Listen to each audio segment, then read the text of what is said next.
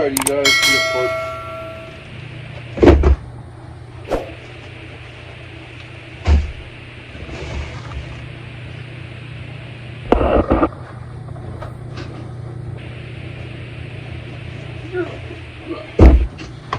So we have a bunch of Model P parts here. I already know what's in these boxes, but you guys don't, so. First things first, tackle the big Amazon box. So this is a complete, looks like wiring harness. These boxes are your wiring, got the sheathing, some zip ties, some connectors. And this box came from Amazon. So we're gonna go ahead, I think, and rewire that whole car. Get that and clean the side on. Put that back into the box. And then this is a carburetor, I think. Yeah. There's some instructions. A gasket. We have actual carburetor. Don't really want to get my greasy ass hands all over it, so nice, really nice.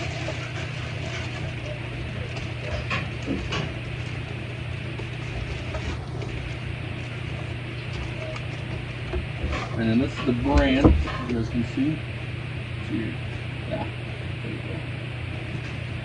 So that's good.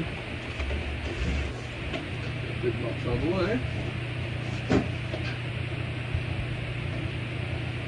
We'll into these little bags. So next what we have is I'm not sure what else is. Oh, this is the turn signal switch. Everything came from Amazon. It's part number. All this stuff came from Amazon.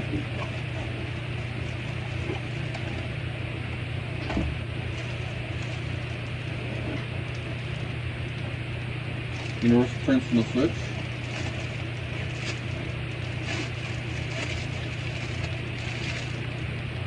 And goes with the, well, this actually says Speedway on it.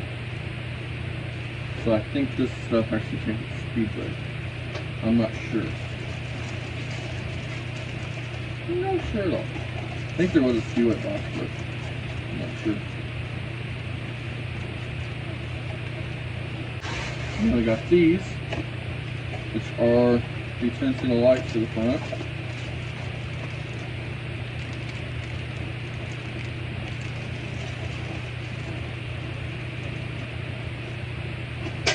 So those two kits go together pretty much. And then these, what'd you say these were?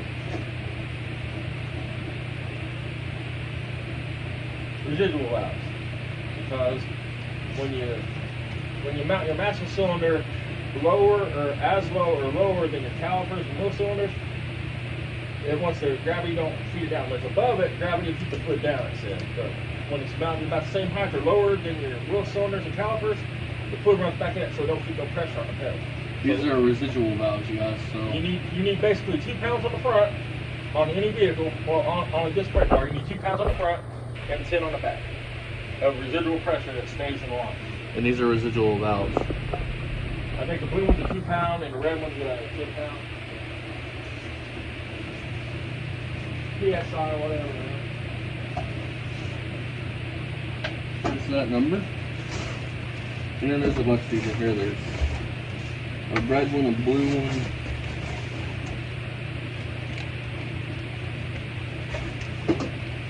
Hey, did you ask about this? Hey. Oh shit, it's in there. Brake light. That's brake light switch, brake switch. That's all it came with, is that?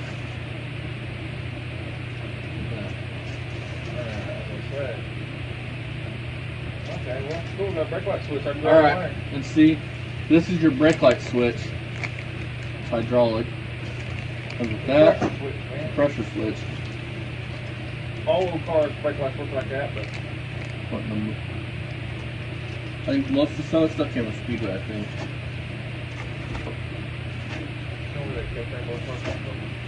Box. Why'd you get that point? Then everybody, it's an old car, know what that is. Choke. Choke. Cable. And then the piece of resistance. This is a dual, it's like Sonic, yes. It is a dual temperature gauge.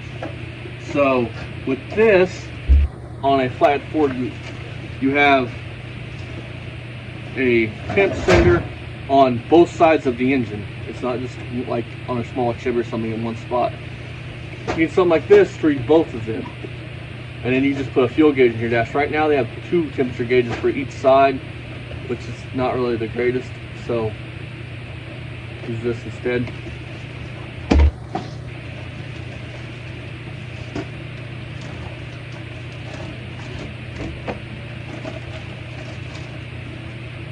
Alright you guys, that concludes the parts for this car for now. I think there's a lot more parts coming in for this car, but this is going to get us started. And as soon as we get that lovely hunk of German crap out of my garage, then we can move on. It's a nice car. It's just I'm not a big fan of German cars. So yeah, see you guys here in a little bit. When we get the next bit of parts or we're working on something. Quick little video. See you guys next time. Bye bye. Don't forget, as always, make sure your TV cables are right. Otherwise, it'll cause your engine to run like shit and your carb to dump fuel. Don't forget that, guys. I know you guys are going to think about forgetting it. Don't forget it. Because your carburetor will leak fuel and your engine will run like shit.